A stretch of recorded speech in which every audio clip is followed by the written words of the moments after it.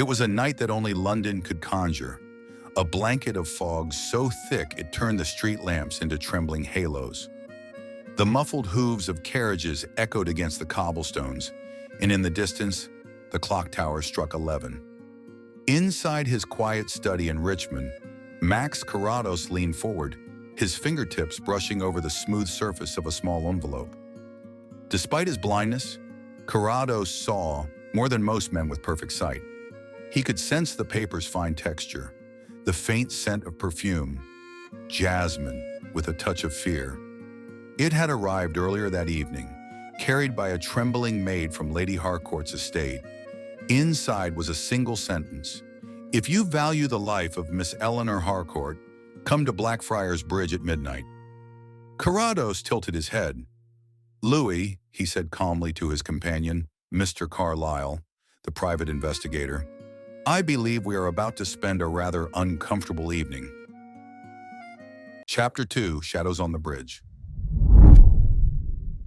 The carriage rolled through the mist, its lanterns barely cutting through the haze. Carlyle muttered as they approached the bridge, "Max, you can't possibly think we'll find anything in this soup of fog." Carrados smiled faintly. "On the contrary, Louis, the fog hides secrets, but it also amplifies sound, smell, and silence." They stepped out into the damp night. The air smelled of the Thames, brackish, cold and heavy. Then suddenly a faint sound, the creak of a wooden plank, followed by the rustle of silk. Carrados raised a hand. "There," he whispered, a woman's breathing, frightened, perhaps gagged. A scream pierced the night. By the time they reached the sound, the bridge was empty, save for a single glove and a faint impression of high-heeled shoes at the edge of the pier. Miss Eleanor Harcourt had vanished. Chapter 3, The House of Mirrors. 2 days later, a note arrived at Scotland Yard, written in the same delicate hand. "She is alive, for now. The Harcourt fortune is the price." But Carrados wasn't convinced. "This isn't about ransom," he told Inspector Beadle. "This is about legacy, revenge, and someone who knows the Harcourt family too well." Their investigation led to a peculiar place, a disused photography studio in Soho, known for its collection of mirrors inside. Hundreds of reflective surfaces distorted reality.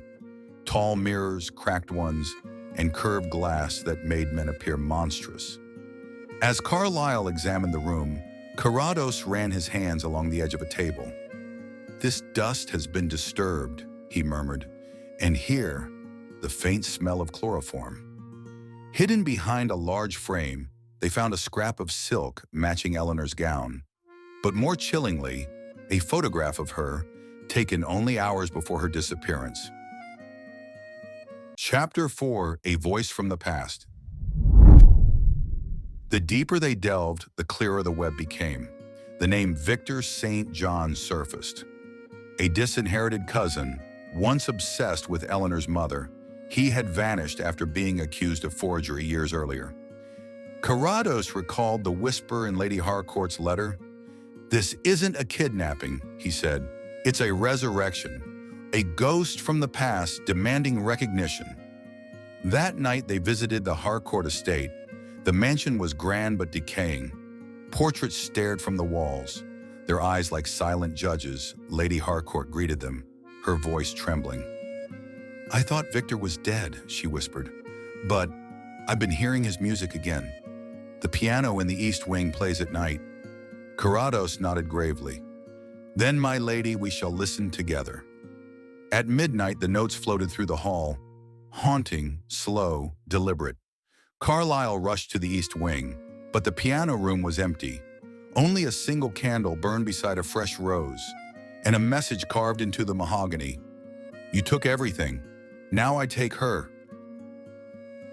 Chapter 5, The Final Move.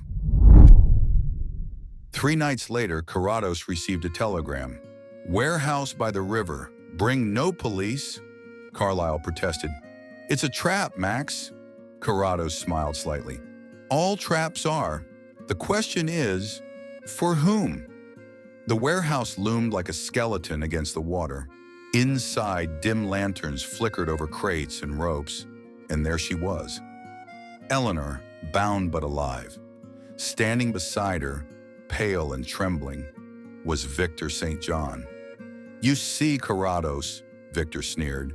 "She's my proof the Harcourts ruined me.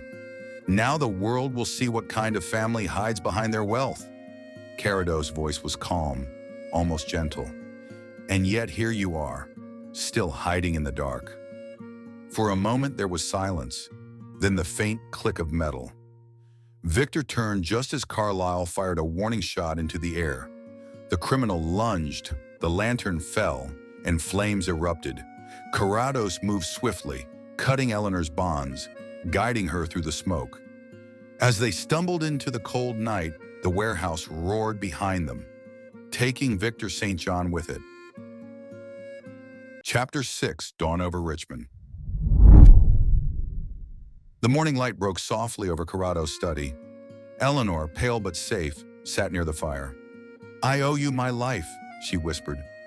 Carrados smiled faintly. "Not your life, Miss Harcourt. Only your freedom. The two are rarely the same." Carlyle, sipping his tea, looked over. "You know, Max, sometimes I think you can actually see."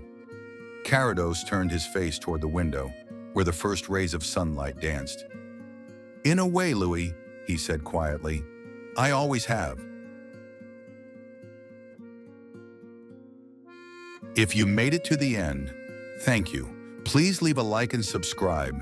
It helps me create more stories like this one, because some secrets are still waiting to be heard.